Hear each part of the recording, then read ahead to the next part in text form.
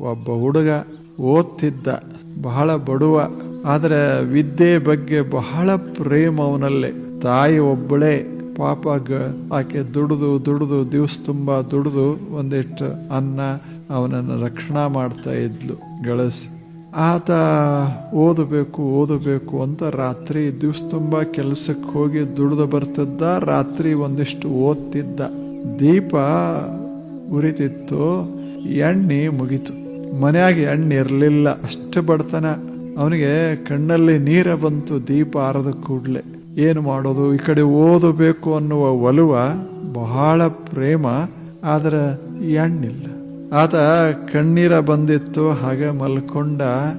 ದೇವರ ದರ್ಶನ ಆಯ್ತು ಕನಸ್ನ್ಯಾಗ.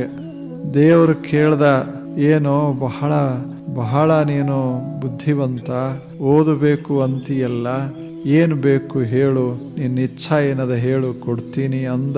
ಅವಾಗ ಹುಡುಗ ಹೇಳ್ದ, ಭಗವಂತನೇ, ನಿನ್ನ ವಿದ್ಯಾ ಕೊಡೋದು ಬೇಡ, ನನಗೊಂದಿಟ್ಟು ಎಣ್ಣೆ ಕೊಟ್ಟು ಬಿಟ್ರು ಸರ್.